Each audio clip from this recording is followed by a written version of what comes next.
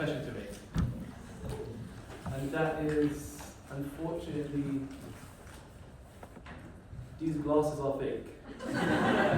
I only wear them to look smart and for marriage meetings. Now, have they worked? I guess we'll never know. But what we will know now is that the Sudanese civil war is the most biggest war in crisis since Sudan's independence in 1956. We have always seen conflict throughout our years when it came to military coups and other crises of hunger and starvation, but nothing before on this scale. And although we carry both the African and the Arab blood, it breaks our heart to see ourselves so abandoned and uncared for by others. But regardless of all misfortunes, we don't need anyone. We only need Allah. It is Allah subhanahu wa ta'ala who says in the Quran, إِن تَنْصُرُوا اللَّهَ يَنْصُرْكُمْ وَيُثَبِّتْ أَقْدَامَكُم. If you give victory to Allah, Allah will give victory to you, and He'll make your feet steadfast. So for Foreward, I come as a representative of posits, as the Vice Chair of London, come here to represent, and as a Sudanese individual, to say that yes, we as Sudanese people will come and see this to an end. And the people who stand against our freedom and the people who come to stand against our peace, what is the solution for them? It's simple. Al-hal fil bal. And if you don't know what that means the solution is in, how do you say it? You can't really translate it. We'll leave it to translation. You can Google it when you get back home. But without further ado, I would like to introduce our next speaker on the Sudanese issue. A good friend of mine on a Master of Law in the University of LSE, and a very knowledgeable individual during the Sudan's issue, and that is Tawfeeg.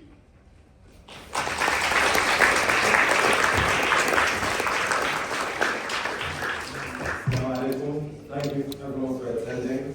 Firstly, just to clarify, I'm not an expert like the previous speakers. I'm just a student from Sudan, recent graduate. So I hope I do the course justice. Take it easy during the Q&A, please. But not hold back as well. Well, that's conversation. Anyway, so there's a saying which I like to start these talks with, which is that the death of one man is a tragedy, and the death of a million is a statistic.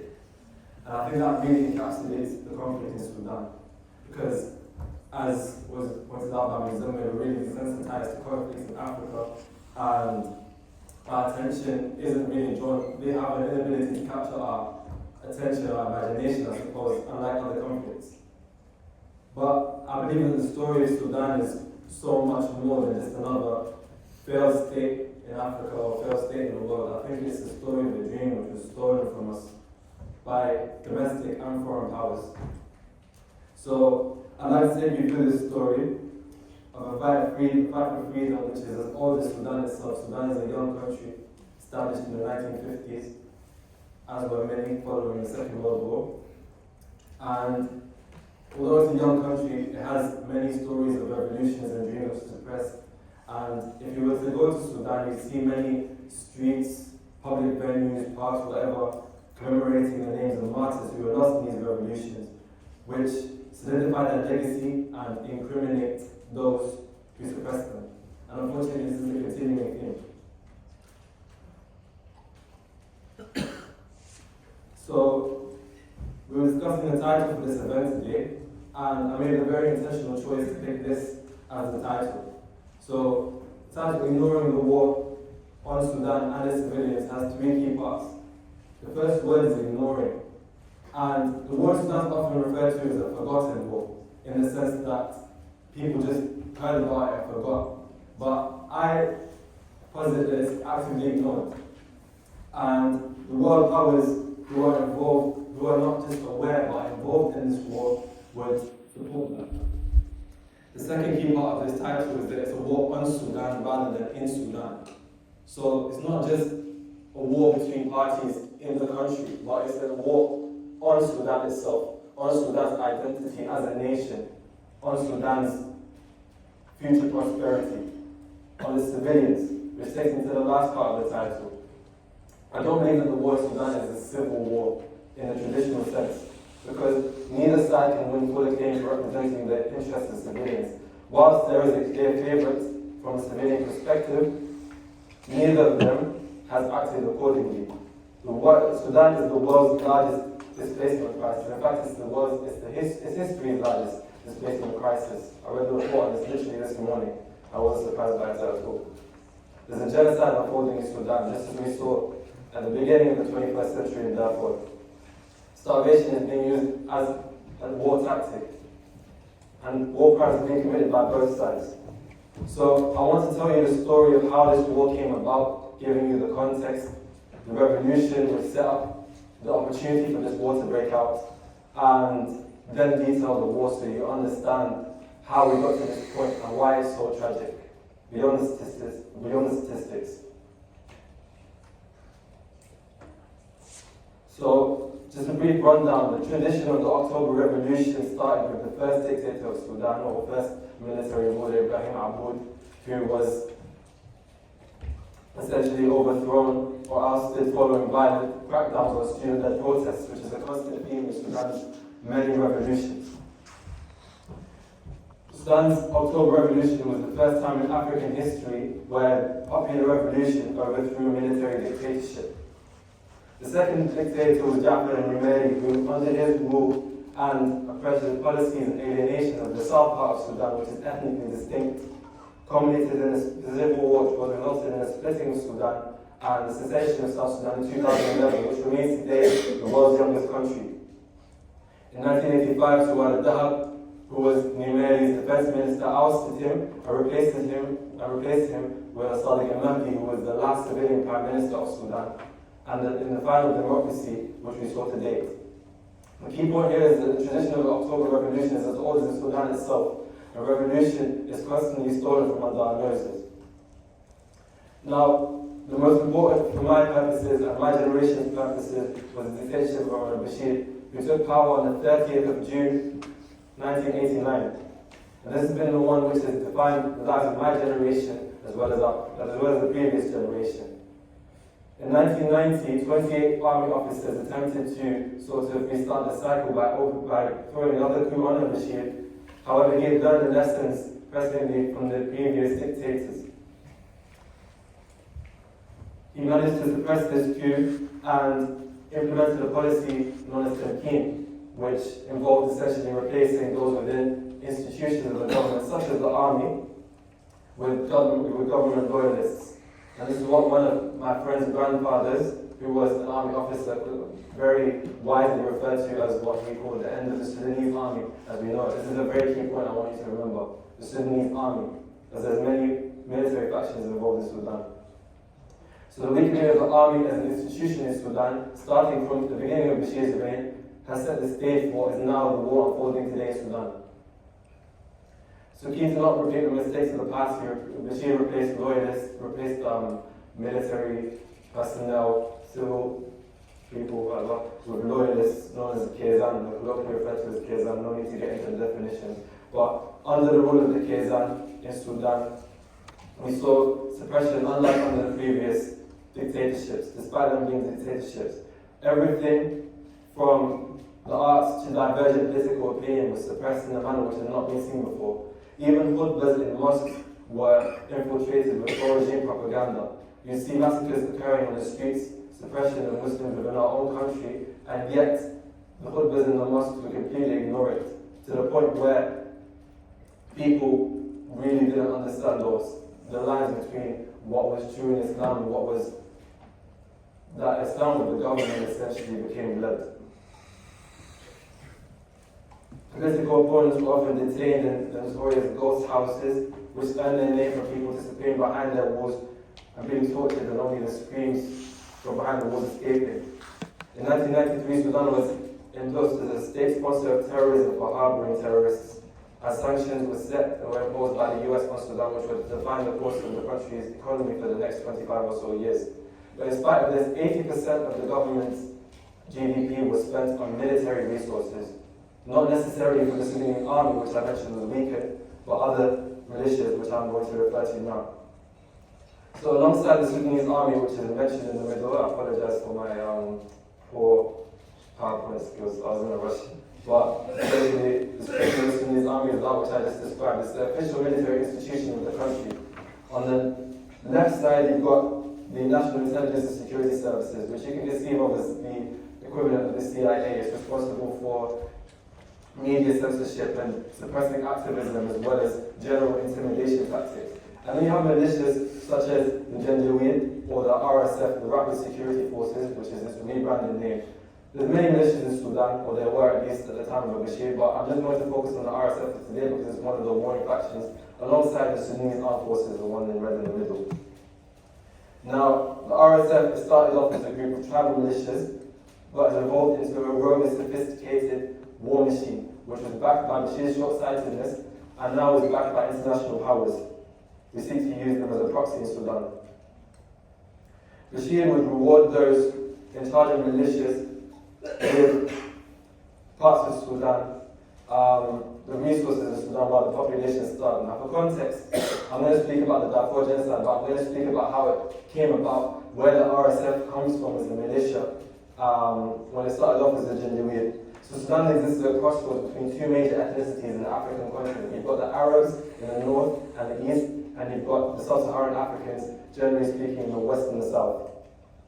Now, a combination of divide and rule tactics as well as the sort of solid borders which you see in Africa as a result of the division imposed following the World War resulted in ethnic distinctions within the same borders, and this naturally leads to tensions. This, in line with Bashir's Arabization policies, alienated the non-Arab tribes of Sudan. This ultimately led to rebellion in Darfur, where there were groups of armed, I suppose, rebels, you can call them, who attacked government positions. And in response, Bashir armed the ethnically distinct Arab descendants of people like Hemeti, who became known as the Janjaweed, which was translated to devils on horseback, who were tasked with suppressing the uprisings in Darfur by these minorities who had been alienated by Bashir's Arabization policies. And under the command of Hemeti, the Janjaweed, now known as the RSF, ethnically cleansed over 300,000 Darfurian civilians in which was the first genocide in the 21st century. This is a reflection of the scorched ground tactics which were utilized by Bashir and his forces, such as Hemeti. Now, I mentioned that Bashir would reward those who were loyal to him with resources in Sudan. One of the most notable is the region of Jebel Amir, which is one of the, I suppose, gold mines in Sudan. Sudan is the world's 10th largest gold exporter officially. However, the majority of Sudanese gold is smuggled, so it's much likely that it's much higher than that. And it is the third highest producer in Africa. Again, this is another key point in the war, which some experts refer to as the war for gold, which I'll get to later. Approximately, like I said, 85% of Sudan's gold is smuggled. So that amounts to about 200 to 250 tons, which would amount to $40 billion in GDP in Sudan if it were to be used for Sudan's development, for example. And the events in Darfur ultimately led to Bashir's indictment by the ICC, which served to reinforce Bashir's dictatorial paranoia. And today we see echoes of the same violence committed by the same people, not Bashir, but Hemeti and the RSF in Darfur. But the international response is very different, which raises the question why, which I will again get to later. Despite all this repression, the economic situation in Sudan remained relatively stable up until the cessation of the South Sudanese in 2011. When South Sudan seceded from North Sudan, 80% of Sudan's oil went to the south. This in combination with the sanctions which were imposed on Bashir's regime led to Sudan's economy dwindling significantly and resistance began to snowball against the government. There were attempted revolutions in both 2011 and 2013 which were swiftly suppressed by the NISS, which I mentioned earlier, the intelligence service, as well as the other militias within Bashir's government. But in 2018, the situation started to change. In 2018, the prices of fuel and bread skyrocketed in Sudan, almost threefold. Now, bread is a staple part of Sudanese diet. Most of the population lives under the poverty line, cannot afford more expensive items, and it's just a traditional part of Sudanese meals, generally speaking. People can't live without bread. They started in Al-Bara, protests this time, however, unlike 2011 and unlike 2013, were able to sustain themselves, as they were very different. Firstly, the living situation had become unbearable. So this suppression wasn't going to stop the people. There was a chant which people would use, which was a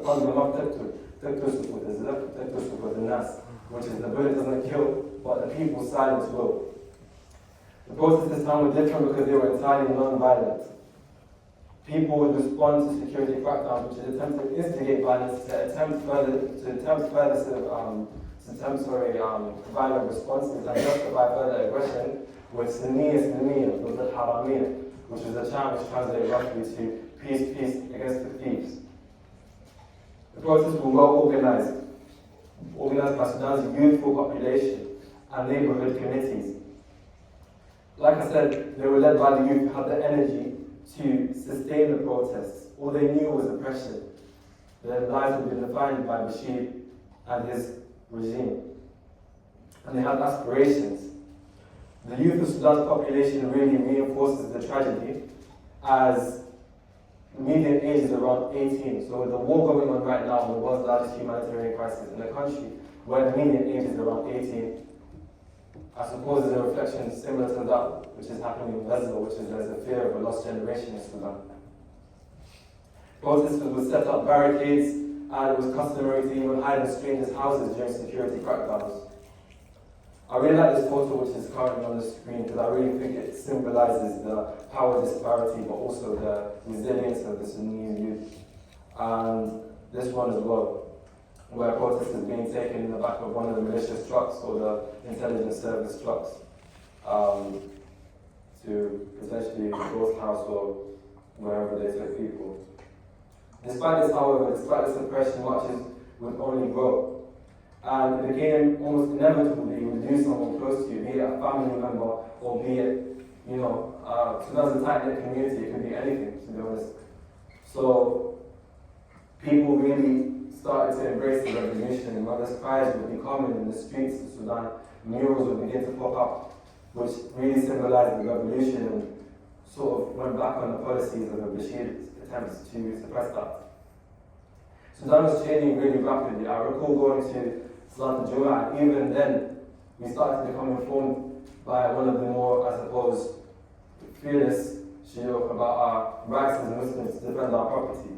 There was a hadith which I remember, which I don't know by heart, so I'm going to read it off the screen. It was narrated by Abu Hurairah radiallahu anhu. The Messenger of Allah sallallahu alaihi wasallam said, "O Messenger of Allah, what do you think of a man comes to a property, or comes to me wanting to take my property?" He sallallahu alaihi wasallam said, "Do not give him your property." He said, "What if he fights me?" He sallallahu alaihi wasallam said, "Fight him." He said, "What if he kills me?" He sallallahu alaihi wasallam responded, "Then you will be a martyr." And he said, "What if I kill him?" And he sallallahu alaihi wasallam said, "Then he will be in hell." So we're witnessing before our very eyes a shifting culture in Sudan, a new era and a new generation. And on April 6th, which was a very historic day due to the reason that that was the day the previous dictator, Jafar al-Numeri, if you recall, was deposed, the Sudanese civilians decided to escalate. Now, I differentiated between the Sudanese armed forces and the other militias for a reason. And that's because people within the armed forces themselves, the army is ultimately an institution, it serves the state, not necessarily a dictator. As we saw previously, the army was willing to overthrow dictators when they went against the people.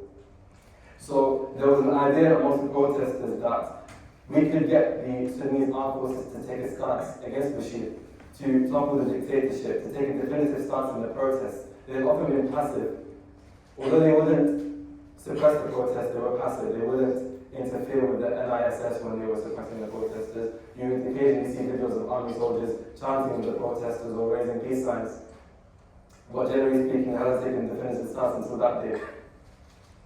So it was decided that we would march on the army headquarters. And at around 1 p.m. we arrived at Al-Qiyada, which is just Arabic for the headquarters, the army headquarters. We arrived at Al-Qiyada with soldiers watching down from the towers with their weapons relaxed. And protesters arrived in the hundreds of thousands chanting, "Today we won't leave until Bashir leaves." And eventually the whole of Khartoum started to pour into that street. Trucks which were going to supermarkets and factories were diverted towards Al-Qiyada to distribute free food and free drinks for everyone who was there. All demographics essentially felt safe enough to come to Al-Qiyada. It wasn't common in protests. Like I said, it was generally defined by the youth people my age who were able to run away from the security forces. But Al-Qiyada started to sleep. kids, you started to see older people, people who had been too scared to take a stance against the regime, or just simply weren't able to physically. This was the first time they felt safe within the army headquarters itself. And the protest, or the sit-in, it started to represent a key message behind the Sudanese revolution, which was a unified Sudan. Tents became erected at Qiyada. People started to think, sorry, I'm going to play this video actually. Yeah, it just gives you an idea of the number of people who were there. This little road was because of Mao's.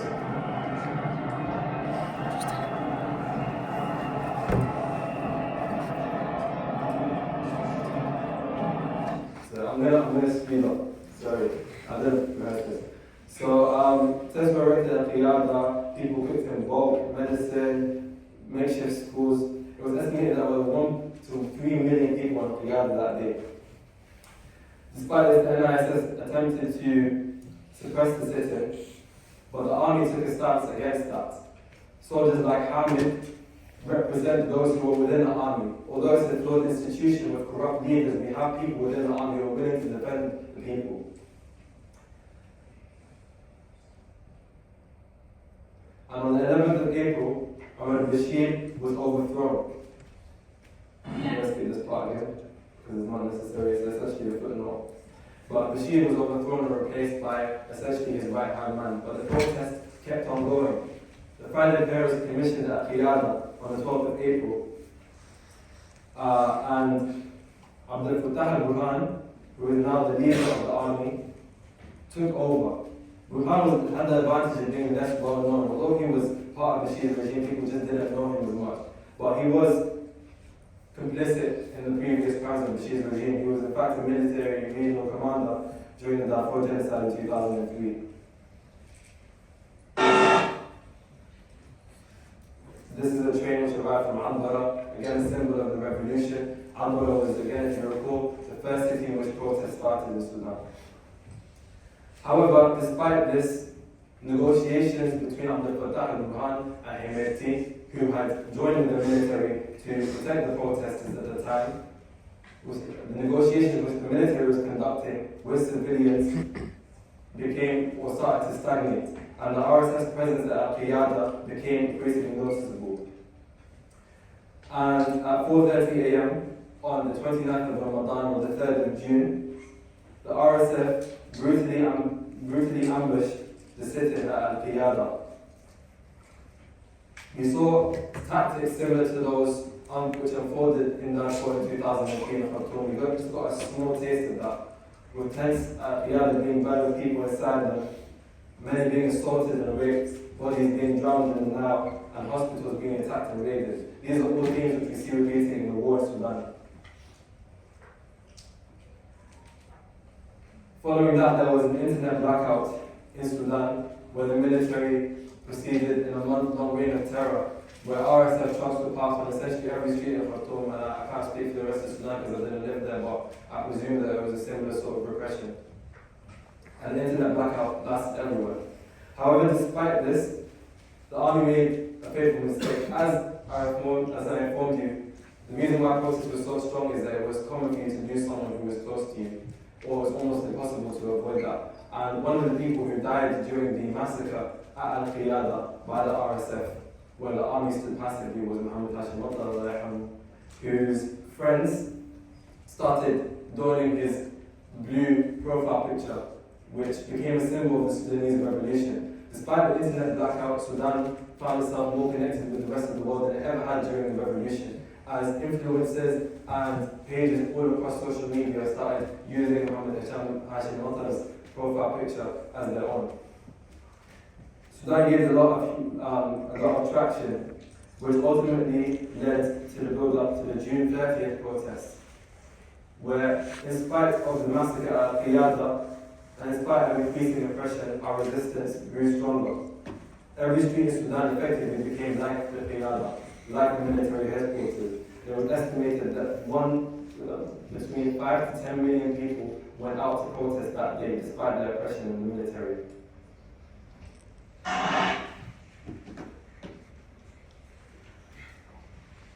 As a result of the protesters' commitment, the military entered a power-sharing agreement with the civilians. In July of 2019. And this lasted until October 2021.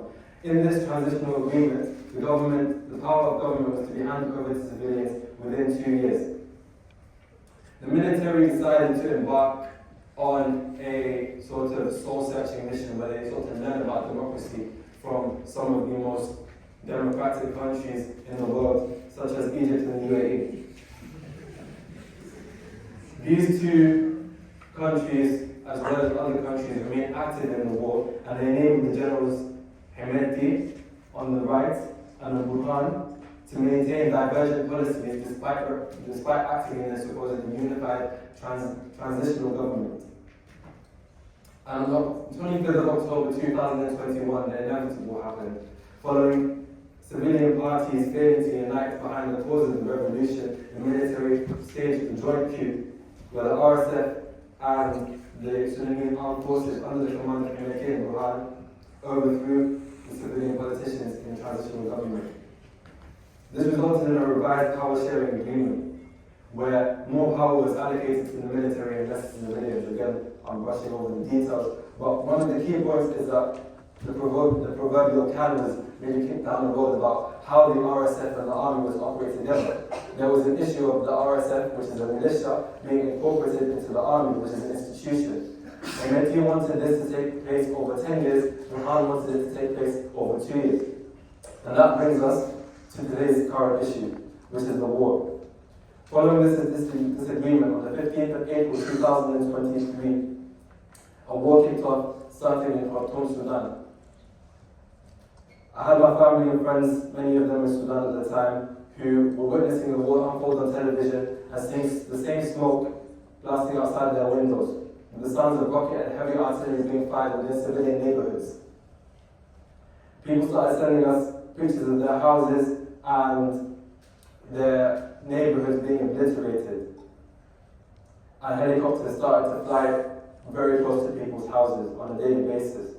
People migrating, the most privileged people migrating to the Egyptian border to escape the conflict. The RSF was forcibly breaking into people's homes, which is something which is continuing to this day, forcing them to leave their houses, generational houses, at gunpoint, literally stealing their homes and often using sexual violence in the process. One of the people who were killed, who I'm going to mention today, is Dr. Bushra, who was a close family friend, and he was really a role model for the Sudanese. Dr. Bushra used to spend almost half his time in the United States making his money and coming for the rest of the year treating people for free in Sudan. He was one of the most educated people who embodies the spirit of the Sudanese revolution, as well as someone who is genuinely committed to Sudan and its progress. And the loss of community leaders like Dr. Bushra is very emblematic of the brain drain which is now unfolding in Sudan, and the violations of medical neutrality which are occurring, with the bombings of hospitals and the killing or targeting of medical personnel, with almost 70 to 80% of Sudan's medical infrastructure being entirely collapsed. Many women are being burdened with conceiving children resulting from it as a result of the violence of the RSF while starving in the process. Now, last year I gave this presentation. I mentioned some statistics. Last time I gave this presentation, it was like 6 months into the war. Now it's a year and a half into the war, so I just want to contrast. When I gave this presentation last time, 1 out of 10 people have fled their homes seeking refuge internally or externally in Sudan. Now, 1 in 3 people have fled their homes. 30% of Sudan's population is externally or internally displaced. And they're not just fleeing bullets and shells, they're fleeing ethnic cleansing, they're fleeing sexual violence and torture.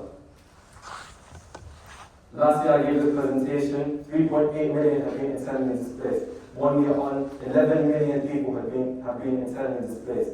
Productive farming communities have been transformed into displaced communities, which serves to reinforce the starvation process which is going on. Last time I gave this presentation, 6.3 million people on the verge of famine. Now, more than 25 million are facing acute hunger in Sudan. The UN figures of those dead last year, which were never accurate to be honest, were estimated at 13,000. This can never have been accurate because more than 10,000 people had been massacred by the RSF in Darfur in Engineer at the time. And now it's estimated roughly that 150,000 people have been killed in Sudan, although again it's a rough estimate. And like I mentioned, this is a young population. We are facing the prospect of a lost generation in Sudan. Now, despite all this, the UN Security Council failed to pass a resolution calling for a comprehensive nationwide ceasefire and increased protection for civilians in Sudan recently. And this brings us to the question of why. Why does the war in Sudan is being ignored, which I raised earlier in this talk. Now, despite the war in Sudan ongoing, gold exports have been estimated to have surged during the war. Like I said, a lot of the gold exports in Sudan are unofficial, as much of it is smuggled, and this has been facilitated by the war. The legacies of the divergent foreign policies which were established during the transitional period have now manifested. These seeds were planted a long time before the war, and they continue to be watered today. You need to wrap up. Okay. Sudan is now a proxy war between many countries, such as the UAE and Saudi Arabia, which are vying for control of the Red Sea. Russia is supporting Russia's Wagner Group is contracted with the RSF to help protect gold mines in that port. Ukrainian civil forces have been observed fighting RSF positions. Again, you see that the war in Sudan is not a forgotten war, but rather one which is ignored. So, just to wrap up, I'd like to conclude with some quotes by Neem Ali from the Harvard Crimson. What my peers do not realize to me is that this is everything. The home and livelihood of my family, the streets I spent my childhood wandering, bombing and burning before my eyes. Corpses now litter the streets where I once walked, and in a city where it's a privilege to escape from and become a refugee. Now, the story of Sudan, like I said, is a very tragic one. And just to conclude, I hope today in today's talk, I've sort of given you a better idea of why this war is not being forgotten, but has rather been ignored. If anything, I wish the war in Sudan was being ignored. Thank you.